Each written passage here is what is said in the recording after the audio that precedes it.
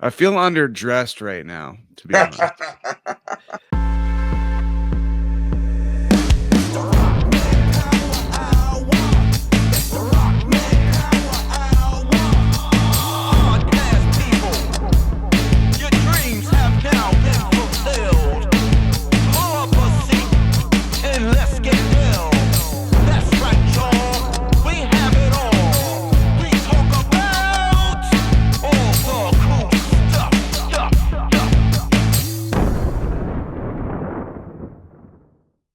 Hey, what's going on? Welcome back to the Rockman Power Hour. We're two salty bitches.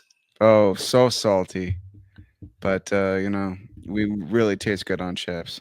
Let's talk about the obvious, which is that we both have Fantasia shirts on. Yes, we do. Actually, let's show off your Fantasia shirt. That's from a while back, yeah. right? And I'm actually it's from last year. Let's see, go up, like No, it's from a few years ago, I think. Stand up. There we go. I don't know if Sean did that design as well. I think it's Wormzilla did that too. I'm not sure, but my dog named Fox. Yeah, it looked like Foxy. I remember that's why he loved it, because I bought all the Fox pictures. So that was last year, the year before. Before, I think. Either way, I was emo, and I bought a shirt. So that's the important part. So that's the old Fantasia shirt. These are the new ones that you're going to be able to see. Very cool. Oh man, that's great. That's like heavy metal or some crazy weird shit. I love it. Drawn by the legendary Wormzilla, Sean Arsenian from Great Sabatini fame, and from he's in so many bands, and he's also an incredible artist. And so there's this version, and there's a white version too, which I got you. Excellent. Thanks, man. And there's a hoodie and there's a bunch of stuff. So make sure when you go to Fantasia, you support them, buy merch, because that goes directly into them and helps them keep their programming alive and all that fun stuff. And we printed it in imprint too. So yeah, great. Awesome. Yeah, I always try to hit up their merch stuff, and yeah, same. I love when Vinegar Syndrome comes and sells Blu-rays, and I spend a bunch of money. You know, one time my friend Jay, who's calmed down somewhat, but he used to not be calm, and I remember this one particular time he was a little liquored up when he went to Fantasia and ended up buying everything on the merch table from the metal guy Thor. You know, the Canadian. Oh, yeah. I remember maybe telling him, I'm like, dude, I really like Thor, but I don't think you need to buy all 4 albums right now. You don't. In this particular state you're in. He got a little excited. But I got a little excited, and I remember it was either Vinegar Syndrome or the other one, and I remember Arrow is awesome too. They're both awesome. Yeah. I remember, I think it was from Arrow, I bought Melissa the special edition Blu-ray of like Elvira, Mistress of the Dark. Which is this, they have that. They had that. I remember that. Yeah. And I remember just being so happy because like the restoration is phenomenal. Oh. You know, I know a lot of physical media people say that, but you know what? As soon as they restore one of these films, every streaming site that has that movie gets that version. Mm-hmm. And you'll see these new moon pictures of incredible stuff. Like Ghoulies 2 looks fucking so much better than some movies. MBD that did that. Yeah, I have all those. Yeah. So yeah, Fantasia's coming up. We're going to be talking about Fantasia obviously in the next couple of weeks. Fantasia kicks off next. Well, when you're watching this, Fantasia will have probably kicked off. No. Just about to. Just about to. So shout out to Fantasia and all our friends there, like King and Steven and Justin and Mitch and all those great folks that we love. It's our favorite time of the year. And your friend, you have a friend too from Fantasia. What's her name? I love her. She always works in the guest services. She's amazing. Yeah. Oh, Alex Mandel, shout out. Yeah, I discovered Fantasia years ago because my buddy Marco said, hey, they're playing the Devil's Rejects at Fantasia. And I'm like, what's a Fantasia? And I remember going and we watched it, and it was like even the sound was slightly out of sync, but it didn't matter because we were just captivated by how excited the audience was. Yeah. And we're like, everything you're taught not to do, like you're supposed to sit there and shut up in movies usually, like library etiquette. And in this case, they're like, no, let your freak flag fly, especially when violence happens. I'm like, okay, sign me up. So let's go. Let's fucking go. I know. It's so much fun. Seeing a we were talking about it that night right before Comic-Con when we had Gary over here with some friends. Gary, Ghoulish Gary. Shout out to Ghoulish Gary. Shout out. And his book, which we love, The Art of Gary Poland, Ghoulish. Oh, nice. Yeah. That's beautiful. It's super nice. And we were talking with him that night before we had him at Comic-Con. We were talking about the effect of the rose-colored glasses that the Fantasia screening will give you for stuff, Yeah. which is so much fun because you'll see something with the Fantasia audience, and it's like seeing it with no one. Like I've seen movies at Fantasia where I've been like, "This is amazing! The crowd was incredible," and then I'll watch it like by myself at home, and I'll be like, "Something's missing. It's not the same. It's not the same." But Y anyways, it's yeah. kicking off. The opening movie is Eddington, Mhm. which is I've seen. I got Mhm. to see it early, and it is very good. Mm. And as you know, we've had our Ari Aster on the show before, so yeah. Anyways, Yeah. Fantasia. We're One of our rare times where we've gone and interviewed somebody in in person person. and kind of felt it's funny because here I feel no stress. I'm like, it's a window. But in Right. person, you're like, oh God, please don't turn the camera off. Please don't turn the camera off. So Yeah. something is gonna go wrong when you're in person. And I got so used to just doing computer stuff that when we did that one, I remember being particularly Oh stressed yeah. out. Yeah. No, definitely. Yeah. But anyways, we've been doing a lot. We've been, And Bo is also afraid. I was yes. afraid, but Bo is also afraid. Bo was afraid is his last movie, and this is Mm. Eddington is anyways, I think a lot of people are gonna like Eddington, so I can't wait to see what people think of it. Do you want to talk a little bit about Superman? Yeah, All let's right. talk about Superman. You know, it's funny though, before this movie even happened, Yeah. half the internet who are Zack Snyder loyalists decided it was bad before they Yeah. saw it. And nerds, I love you, but you keep doing this shit. Oh You do fuck this that. all the time. You They make a did. decision Yeah. before you even see something. You even made decisions about Man of Steel before that one came out, and it's interesting. Both you and I really like Man of Steel, like a Yep. lot. Yep. I'm not a fan of what they did afterwards when they were playing catch up to Marvel and making very jarring creative decisions in order to try to speed themselves up, Yeah. because I think when they don't get in their own way, left to their own devices, Man of Steel is a very cool take.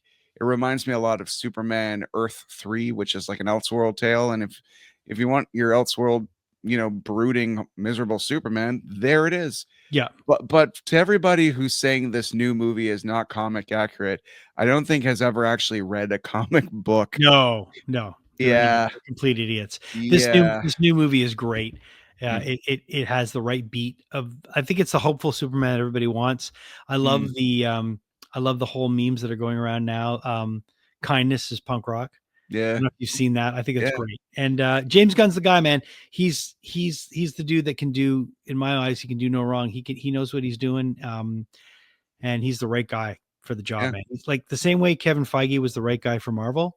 Yeah. James Gunn is the right guy for DC, and he's gonna kill it. So loved Superman. Mhm. Thought it was great. Yeah. I thought everybody that was cast in the movie did a great job. The complaints that I have they're not even complaints. Mhm. They're just observations that a lot of people have kind of chimed in on and agreed with, or at least I've seen that have had the same observations. I just would have loved to have seen a bit more Lois. Mhm. And I would have loved to have seen a bit more of the dynamic between Lois and Clark, but it's a Superman movie. It's not a Yeah. Clark Kent movie. And I'm kind of glad that we saw a lot of Superman. He was in the suit all the time, and it wasn't like it was really, really, it was good. It was a good Superman movie. Um, it was a good adventure. I felt like I was I felt like I was reading a comic book and I was going on an adventure. That's what I want. Yeah, and I think James Gunn, I mean, his talent is shining a light on the Misfits. Yeah. And I don't mean that awesome band or Gem and the Holograms Enemies. I'm talking about just, Guardians of the Galaxy. No one expected that to be what it was. Yeah. When someone doesn't already love a character, he's really good at like harnessing that. Like that is Yes. like Peacemaker is one of my favorite characters now. I knew nothing about Peacemaker. No. I've never read a Peacemaker comic. That take on Peacemaker and what John Cena did with it, and that brilliant show Yeah. and the soundtrack, everything. So when he touches upon that, or even Creature Commandos, which is also awesome, Hmm. with Superman, everyone's always supposed to like Superman, but so that's the interesting dynamic. But then you have a lot of people like me who have always kind of liked Batman and darker things Hmm. that never connected with Superman because I'm like, oh, he seems too good or Hmm. he seems too powerful.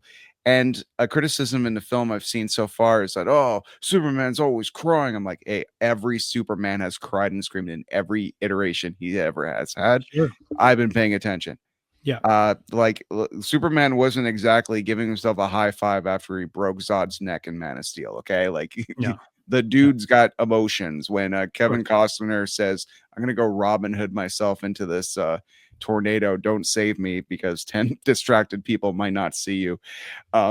Anyway, getting to the point, it's just like Superman showing he's vulnerable by even Crypto kind of like, in his weakened condition.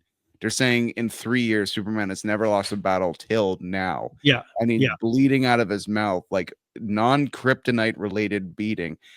Whoever, and I'm not going to give anything away, whoever gave him said beating must Yeah. have been pretty freaking powerful. Yep. Yep. And then Well, his dog jumps on him, which we can all relate that when we come home after a long day and someone dinos us like the Flintstones. yeah, it's nice. It, It, it could be a little painful when your ribs are broken. it was a Yeah. good take. I think there's a lot of promise for the Yeah. future with James Gunn. So yeah, I loved it. I thought it was great. You know what I like about James Gunn too, though? He said, we're not gonna make the same movie. Like, yes, they are all connected, but uh, God, Clayface is not gonna be anything like Superman. That's gonna be a horror film. Mm-hmm. That's going to be like all these other films are going to have these different feels and takes, kind of like when Marvel kind of started out. Like Right. it didn't seem like just in our movie. It seemed to be like, no, this is this voice. This character gets this voice. This character is going to feel like this movie, and that's nice because I want everything to be connected. But like when you read a comic book, that artist and writer team, man, they could just take it in a whole other different direction. Even if they only do 10 issues, it stands on its own. True. So, Very yeah, true. Very yeah, true. Yeah. So I'm glad you liked it too, and I think we both in agreement. So it was a good movie, man. It was solid. yeah. So congrats to everybody at Warner and at James Gunn for just knocking it out of the park. I saw it twice. Yeah, Nathan saw it 3 times. My son's seen it 3 times already. It's like I, nuts. I even That's awesome. That actually makes me so happy Yeah. because this is going to be, I guess, I mean, beyond Man of Steel, but he was really young back then. I guess this could be like his Superman in a way, you know? Did you see this thing? The popcorn Mm. bucket? No, I didn't. Oh, that's cute. So I got this like the day, Yeah. kind of got it early. Oh, that's So cute. you can change the headline in Yeah. the newspaper box. Yeah. Oh, I didn't realize did they give you another one or no? Oh no, okay, I didn't Yeah. see that. So they yeah, so it's like the popcorn bucket, but it's the Daily Planet newspaper box. Yeah. And you can change the headline, like it could be Superman or it could be crypto. And Yeah. then I look down here and look in the bottom. There's like they do it where you can, I don't know if you can see in there. I'm gonna try to put the camera in. I definitely cannot. Well, now it's just dark. Yeah, it's dark, but if you can look inside. So here. You're gonna see it. You see Oh, that? yeah. Yeah. There's like they made it look like there's like a bunch of freaking Yeah. newspapers on the Love so it. I leaned over and I was like, oh, did they put extra ones? I'm like, no, it's printed inside there. So it's kind of cool. Yeah, there's so much attention to detail in this film too, like Guy Garner calling him Big Blue, like little things like that where All fan service, man, but in the best way. in the best way, yeah. Yeah. Because I don't know, like I really do. Someone said something today and they're like, I like the new movie and Men of Steel. Is that allowed? Like in a Of course, it's Superman? allowed. Listen, No, I know. In the Yeah. group though, but it's just the fans, they think because the Snyder Cut came out because of the billboards and the internet outrage and everything, that somehow creatively there's a democracy now. Yeah. And there's not. No, it's not. You can have both. No. Like I love all that stuff, and Yeah. I love when he wrapped it up and finally was able to make the movie he wanted and all that stuff. And anyways, it doesn't matter. But definitely go see it. Go see it on the biggest screen you can. Finally saw Sinners too. I don't know if you've seen Sinners. No, and I want to. It's looks so cool. It's really, really good. It's on you can find it now on Crave and other places. Oh, but- good. Yeah. Mel and I will want to check it out. Oh, dude, it's so good. It's so Yeah. good. Like, everyone that's like my movie friends were like, you haven't seen Sinners yet? And they had all seen it like 3 times. Oh, cool. So we finally watched it the other night. It was great. Anyways, Awesome. let's dive into our guest because we have a guest this week that is awesome. His name is Sawborg from the band GWAR. I don't want to tell you too much. If you don't know anything about GWAR, just come on this journey with us because it's going to be a really fun one. They got a brand new album coming out on July 25th, and we are going to talk to a member of GWAR right now. It's been a while since we had somebody from GWAR on the show. We had someone from GWAR on the show a while back. Do you remember that? Yeah, I do. And it's the same effect happens where as soon as he appears on screen, you're like, oh shit, there you are.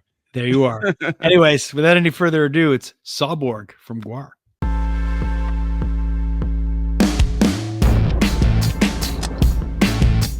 We are joined today on the Rockman Power Hour by the great and mighty Sawborg from GWAR. How are you, sir? Very good, very good. How are you two people doing today? We're doing really, really well. We're honored that you've allowed us to live, and we hope that we can make it through this interview and you don't kill us. You're welcome. Our bar is very low, apparently. That's great. So, Sawborg, tell us a little bit about this new album that's coming out on the 25th called The Return of Gor-Gor. Yes, it goes over the fact that our erstwhile dinosaur is back. Gor-Gor is back, and he's better than ever, baby, because he's amazing.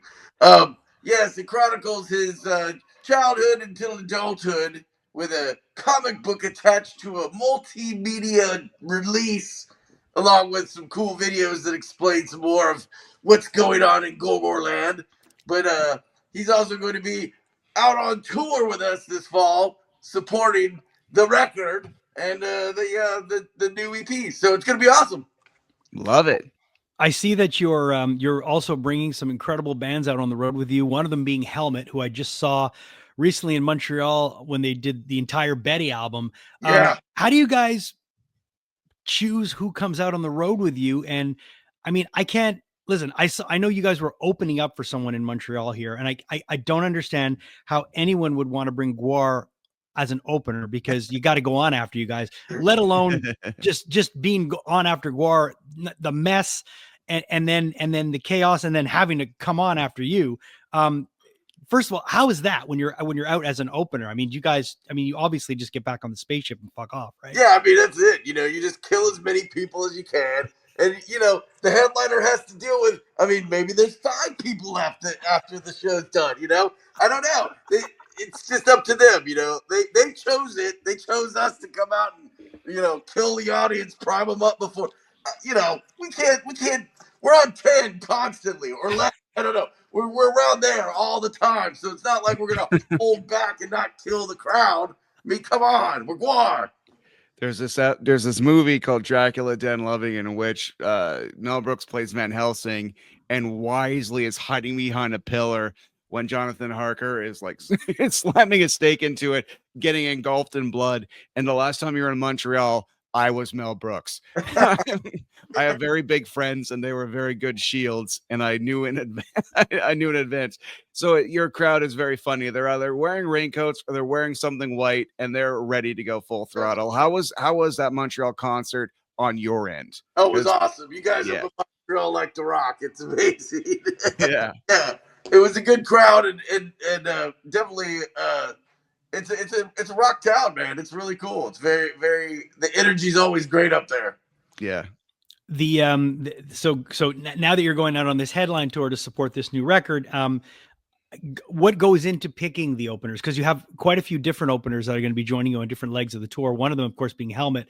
Is this you guys as fans picking them, or I mean, I guess you're at the place where you could accept who you want. I mean, if basically you guys can bring out, you know, it's not like you're at the mercy of a label that says, you know, you got to bring these guys out, or it's basically who you guys enjoy, right? Yeah, that's right. Yeah, that's usually how it goes. And sometimes we actually pit them against each other in a gladiatorial pit, and they have to fight to death, and whoever survives, we take them out on tour. But I mean, most of the time, yes, it's because we're either a fan of the band or we're trying to open the GWAR fans' eyes up to other cool bands that we think they might enjoy, you know?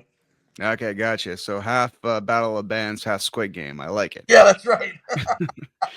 And you know, working with Z2 Comics, they've done so many great collabs with bands over the years. You know, they've done some great stuff with Czarface, Anthrax, Public Enemy.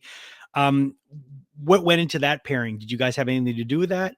Oh yeah. Okay. All up in that. I mean, GWAR loves to be all up in it. But yeah, it's definitely Z2 is amazing. They've got a good crew over there. Love working with those people. It's been a good time. It was fun that they definitely helped make this comic / record an amazing release. I mean, it's a very good release. We've had years and years and years of people being like, I'm just gonna stream it, just gonna stream it. Like, I think what you're doing right now is putting power back into the, out of owning physical media. I'm really glad you're going about it the way you are, because you can't stream, and well, you can probably try to stream a comic book, but it's not the same fucking No, it's not. No. You need that visceral, grabbing it, tactile, like, look, go through the pages. You need to be able to hold it. Now, speaking of collectibles and stuff, do you yourself have a comic book collection? And if you do, how do you keep it in good condition with all the chaos and carnage you guys are always around? Good question. I definitely have to have a lot of things slated, because it's just not going to be not going to survive in outer space. Right. If anybody needs to get a book CGC'd or graded, it's you. Yeah, right. Yeah, I'm such a connoisseur. I need everything graded. 9.2 is my bottom line. That's it. And is full of blood and semen, different various forms of autographs, I suppose, when it comes to your comic books. Because it look, blood and semen's better because you have their DNA. You have a part of them. It's not some wiggle that you can't illegible read on somebody's cover. It's like it's part of them. You walk away with a part of them. It's amazing. Kiss famously put some of their blood in their comic book back in the 70s. How much semen is in this comic book right now? Yeah, that's smart. They're good to them. That's amazing, right? I've always wanted to ask that from somebody. Thank you for being GWAR, and thank you for existing. There's no doubt that you guys, as a band, have always been, at the forefront of putting on a show. When you go to GWAR, it's like Ryan was saying. You guys are the quintessential reason why it's important to go to live events. It's just not the same thing. But I love the fact that there's all these peripheral things now, like comic books, action figures, like stuff that goes along with the whole GWAR phenomenon. And it's been something that's been going on for a long time. I was lucky enough probably about 15 years ago to spend a bit of time with Dave himself, Odorungus. And there was something about this band that you could tell will never die, no matter what. It's greater than the sum of all its parts. So it's great to see that this band is not, this is a universe that has been built that is incredible as a fan, because you can just buy in so hard. Yeah, definitely. I wanted to say just once again, just that Montreal show, my personal review. It's like, sometimes people think if someone's a theme band, it must mean there's something lesser musically. But fuck, GWAR has always been an amazing, tight fucking band with an amazing music. And yeah, you go hard into the theatrics, but if you strip it all away, it's still a fucking badass metal band. That's right. Yeah. The musicianship of this band is masterful. I mean, you're talking about Paul Sec, the Jaws of Death, amazing. Jizz Mac, amazing. He just pounds the crap out of those kids. On top of, now that we've got Grodius Maximus in the band, that guy's crazy. And of course, Blothar, amazing vocals constantly. It is. It's just unfortunate that people are that small-minded that they get distracted by all the bells and whistles instead of really listening with their damn ear holes. When you're preparing for a new record and you guys you're in the studio getting this thing ready, obviously there's a bit of time where the record's done, and then you got to kind of sit on it and wait for the rest of the world to hear it. What's that period like for you guys? It's difficult. We want to go out there and scream from the rooftops, check this shit out. It's like, but I mean, yeah, now that we're actually able to leak it out, and we've had a few things come out, and Lot Lizard came out a few months ago, and then now we've been trickling out some of the other songs, and we can't wait to get the Tyrant King out there, because that song's amazing too. So it's gonna be awesome. But yeah, it's very difficult because we want to just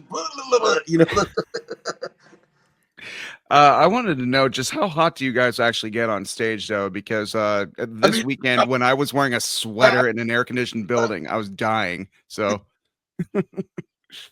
I mean, I'm amazingly sexy, so that's it. I mean, I know I'm not hot on stage. I can't help it. That's the way I was built. I'm just that badass. So when you're not on the road, and you guys aren't performing, is it just full galactic adventures and conquering other planets, or is it just, is it like, what does Sawborg do? I mean, I never leave. I don't like this planet. I haven't really been here long enough to enjoy it as much as the other guys. They've got their own little strongholds and little areas that they hang out in. I usually go off planet. There's definitely a lot of cool stuff going on up there. I was with some Venetian hookers the other day, which is great. You guys don't know what you're missing out here. You guys are squabbling over imaginary lines on this mudball planet, and there's tons of cool shit out in space. Come on, get off the damn planet, you idiots. What's your favorite mode of transport? Oh, me, I got a jetpack. I just fly around wherever I want to go. It's amazing. Are you someone, Sawborg, that takes part in any of our pop culture on this planet? Like, are you a fan of movies or? I don't know. I mean, what's that? No, yeah. I mean, I'm knee deep in pop culture all the time. It's amazing. You guys are so interesting with all the things that you come up with to entertain yourselves. So what's been something that that's caught your eye recently that you've said, wow, that was really well done for an Earthling? Oh, well, look, I'm just gonna say it. Look, a Labubu. What the fuck? How the fuck did a Labubu become a multi-billion-dollar thing? That's crazy. It's like, you guys, it's a keychain, right? Am I wrong? It's a keychain. You know what? Yeah, they're like these little stuffed animal things. Yeah, that's crazy. What the hell, man? You guys are throwing cash at a little stuffed animal. It's crazy. Well, we've over the years we've had these other things. I know you've only been on this planet for a little bit, and you're in and out, but we've had these other crazes that have happened over the years. Like we've had Cabbage Patch dolls and baby beanies, and I'm sure if you would just to download some of the history quickly, because I know you guys can you can process things super quick, right? I mean, there was like brawls over Cabbage Patch Kids. I mean, people were losing limbs. I mean, it was great. It was good times. In terms of movies, do you have enough time to watch any of those? Oh yeah, I download them all the time. I pirated all the streaming channels. I got them all here. What's been a movie that caught Sawborg's eye over the last little while? The last little while. Well, actually, the funniest thing was, a few days ago, I downloaded the 40th anniversary of Spinal Tap. Oh, right. Okay. It's hilarious. Getting ready for Spinal Tap 2, which is coming out, I believe, this fall, right? Yeah, September. That's correct. It's fun. I gotta ask you, Earthling wise, because I'm unfamiliar with the musicians from your planet, of course, but Earthling wise, I'm sure you've seen a few frequencies. What's an Earthling musician that you kind of like said, hey, they don't suck? There's quite a few. I mean, hey, look, the fact that they just had the Black Sabbath, big farewell thing. Amazing. There was definitely some musicians that shouldn't have been there, but there were some musicians that definitely fucking nailed it. We had done a collab with Izzy Hale from Hailstorm. She nailed it. It was awesome. There was a lot of really cool stuff going on with that. So. Yeah, I know we were. I was chatting with one of my friends who plays in Mastodon, and he was very, very excited that we were going to be chatting with you today. And he said to say hi. I know those guys are big GWAR fans. Sure. When you do see these concerts that happen and these festivals that happen, GWAR still makes time for festivals. I know that, but I think you guys prefer to have your own self-contained tour because you can really control everything, right? I mean, we like the festivals. We like getting in front of that many people because there's that many more people to kill. I mean, it's it's harder, better.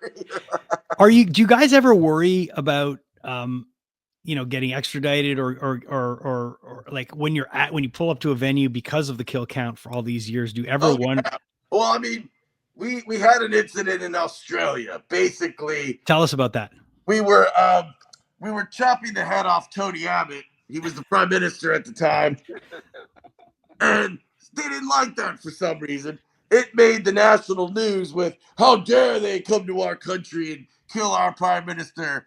And, they were just like up in an uproar. The promoter from the festival was like, thank you, national coverage on my festival for top of the head off the prime minister. But they neglected to think that in the same show, we were addressing the royal baby and killing the queen. It was like, hey, go ahead and kill the prime minister, but don't kill the prime minister, but kill the queen and the royal baby. It's fine.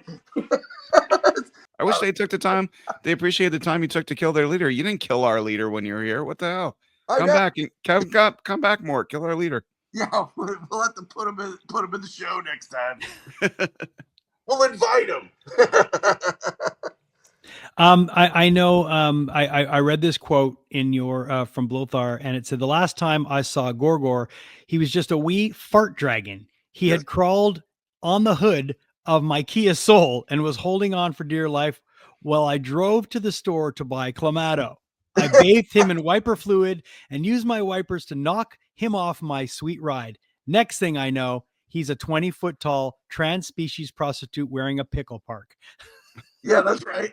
That sounds correct. So obviously he's growing at an alarming rate. And now, are you able to have him around, or how does it work? Well, look, he has us around. Okay, right. We don't really control him. He does the thing. He's a big Tyrannosaurus Rex. How are you supposed to control that guy? Right. So I imagine booking flights for him must be, well, I mean, you guys have, do you ever have to fly domestic, or are you guys always in your own sweet ride? Yeah, we've got a bat-shaped helicopter that comes and swoops down and just picks us all up. It grabs Gor-Gor, takes everybody. It's great. It eats the slaves, whatever. It's great. The one question I need to ask you about is in terms of instruments, because I know you guys are hard on your stuff. Are there particular relationships you have with companies that'll be generous with you guys, even though you probably trash everything after 2 shows? Yeah, I mean, we go through some endorsers for sure. We definitely are like.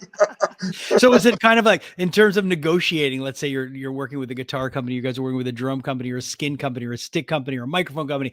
Is the negotiation a fair one, or you just go in there and say, "You will give us what we want, or we will kill you"? Yeah, most of the time it's we take it. Come on. Come above it right now. And with all the, with the world being very, progressive now, how do you feel about, these changes? Because rock and roll at one point was a much dirtier, riskier business, but it seems like, like the backstage antics have tamed down. People are a lot more respectful. People are careful with their language. How does GWAR deal with that?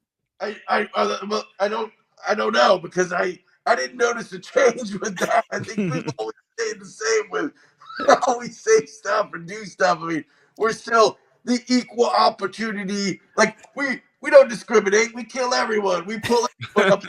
We deal with them all the same. It's not. We've never been that way. Beautiful words. Strange, bewildering, beautiful words. So the next leg is kicking off very, very soon. You're going to be dropping the record. And what are the plans once the record drops? Just tour? Yeah. We're going to be all out. We're going to Alaska and Australia and doing all of the US and Canada and just hitting everywhere we can to let Gor-Gor wreak havoc wherever he may. Well, what's your favorite scent when you're on planet Earth? Because I can imagine you've smelled some very strange things. Wow, that's a good one. There's too many. God, I'm trying to figure out how to answer this. Let me. Strawberry pound cake. There you go. That's a nice scent. And lastly, I'm just going to ask you this, because I know you got to get going and you've got a lot of other people to chat with today. Who is your favorite band member to hang out with? Usually I hang out with Grodius Maximus, because that guy has tons of ADD. He's always all over the map, and he's always getting into some trouble. I mean, how many times I've had to have bail money ready It's just crazy. Well, Sawborg, you're the absolute best. GWAR rule forever. And we really, really appreciate you taking the time to chat with us today. The new album comes out on the 25th of July. Make sure you go check them out everywhere across the universe. GWAR forever and ever. Thank you for taking the time, man. Thank you, guys. Never change. What a rad dude. What rad dude. Great time. I shout out to my friends Marco and Dana and Jay, even though he didn't make it this time, he was there the last time. We usually see GWAR together. I've only seen They GWAR better a few fucking times. listen to this show. Because Yeah. the amount of times you shout out Marco, he Yeah. better be a fucking subscriber at this point. If we kick this bitch into a Patreon, he better be giving us fucking $9.95 a month. I don't know. He's pretty cool. Anyway, it's funny because, you know, like I made the joke about Mel Brooks, like hiding behind a wall before a vampire is staked in Dracula Dead and loving it. Yeah. Marco is the guy administering the stake willingly. And after every GWAR show, he is covered from head to toe in fake blood and has been doing so since the early 2000s. It's the best. You go you go to GWAR in your shitty clothes. All right. Well, it was really nice to have him on the show. Love chatting with him, and definitely go check out the new album. July 25th is when it drops. And if you are a GWAR fan and you want to find out more information about the record, it's very easy to find. Just go to gwar.net. You'll get all the information you need. They've got a very interesting website, by the way, too. And if you want to go and pre-order the album, you can do that right now. If you go to gwar.net, and you'll be able to get that new record. You can pre-order it. There's a bunch of other stuff you can get as well. And they're just so much fun, man. They're so much fun. Yeah, so much fun. Speaking of so much fun, I know you just got back into town. Yeah. You had yourself a wild little weekend, as Jason Rockman does. Yeah. And please tell me about Bill and Rockman's excellent adventure. Well, briefly, I'll tell you this before we go. Briefly, it's, Bill's been on the show many times. I think he's been on the show like 3 times. And Bill from Mastodon's a buddy of mine, and he had a pretty crazy weekend while we were doing Comic-Con. He was in England doing Back to the Beginning, which was the final ever Black Sabbath show with Ozzy in Edinburgh, England. And he was part of that show. And then they were slated to play at Festival d'été de Quebec the following weekend. So he reached out to me and he was like, "Hey, are you coming to the Quebec show?" I said, "Yeah, I'm pretty sure. Just looking into getting a hotel and figuring out what I'm going to do." And he's like, "Well, what if I came into Montreal, spent the night there with you guys, and then the next day we drove to Quebec together? Went, you come to the show. And then you could I'll get a hotel, 2 beds. You can stay in my room. And then the next day we'll come back together and I'll fly back to Atlanta." And I was like, "Let's do it." So we went on a little road trip together, which was tons of fun.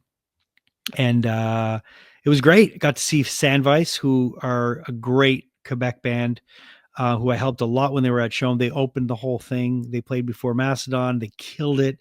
Mastodon went on and just annihilated. They have their brand new guitar player, Nick, because their original guitar player, Brent, left the band. And if you don't know anything about Brent, well, Brent was a bit of a loose cannon, to say politely. Okay. So this new guy, Nick, is actually Canadian. He's from Guelph, Ontario. The nicest fucking guy you'll ever meet, and a killer guitar player. And this is my first time seeing them with him, and he was great. It was just such a breath of fresh air to see, friends that play together happy, with a new guy in the band that just is happy to be there. And it was a really, really good vibe. So yeah, that was fun. It was super fun. And I was dead tired when I got back. And I'm like, let's record. Yeah. No, but I mean, we want to get this episode out, and it was so much fun to talk to Sawborg, and that record's coming out. And listen, if you guys follow the podcast, you probably remember the last couple of years we've covered Fantasia. We're heading into Fantasia now, so a lot of the content we're going to be doing for Fantasia will be on our Instagram account, will be on our Facebook. So if you follow us, make sure you follow Instagram and follow the Rockman Power Hour on Facebook as well. We're on TikTok too. All of those interviews that we're going to be doing are going to be up on our socials. We'll probably throw some of them up here on YouTube. I don't know if we'll have any audio up there. So if you're someone who listens to us audio only, you might want to port over to our socials to get some of that content. It's gonna be lots of fun. So we're gonna be covering Fantasia. Got some cool interviews lined up already. And then we're going to be doing a little bit of stuff at Oshiaga. And in between all that, we'll still have episodes. We've got a lot of really cool stuff that we're working on to bring you guys. Some really, really interesting people. So keep it locked on everywhere you listen to the podcast. We want to thank all of you for being incredible. Make sure you like, subscribe. And thanks to my co-host, Ryan Stick. Thanks to our producer, Julia Kajerski. And thanks to all of you for listening, because if you're not listening, then we're talking to absolutely nobody except each other, which isn't so bad. No, it's not bad actually at all. There's an episode of The Twilight Zone where this guy, all he wanted to do was read. And it was the dude. I remember that. Yes. This dude from Rocky and Batman 66, Bert. Yes. Anyway, so he gets all the books. It's a post-apocalyptic thing. He goes in the bank vault, the entire world explodes, and he finds books, all books he's ever wanted to read, and then his glasses breaks. It's the and best. Like, that's not fair. That's a Oh my great. God, The Twilight Zone is so fucking good. We've Best. been watching it. Yeah. Shout out to my friend Sean Beckett, who gave us like a fan favorite Twilight Zone. You know, there's like 19 episodes on it or something. Yeah. And we're watching all of them, and we finally saw the Shatner one. Yeah, it's the best. And I didn't tell Melissa which one it was. It's like, oh my God, they've parodied this on The Simpsons so many times. And I'm like, I know, it's great. No, it's an incredible show. I have I have the entire collection on Blu-ray, and I had put them in, and I started watching them in order because I wanted to watch the show in order, and I just life got in the way. The other show that's really, really good is The Outer Limits. If you've never watched the old Outer Limits, is another show that's incredible. But yeah, so definitely thank all of you for listening and for being with us. And until next time, we'll see you on the Rockman Power Hour.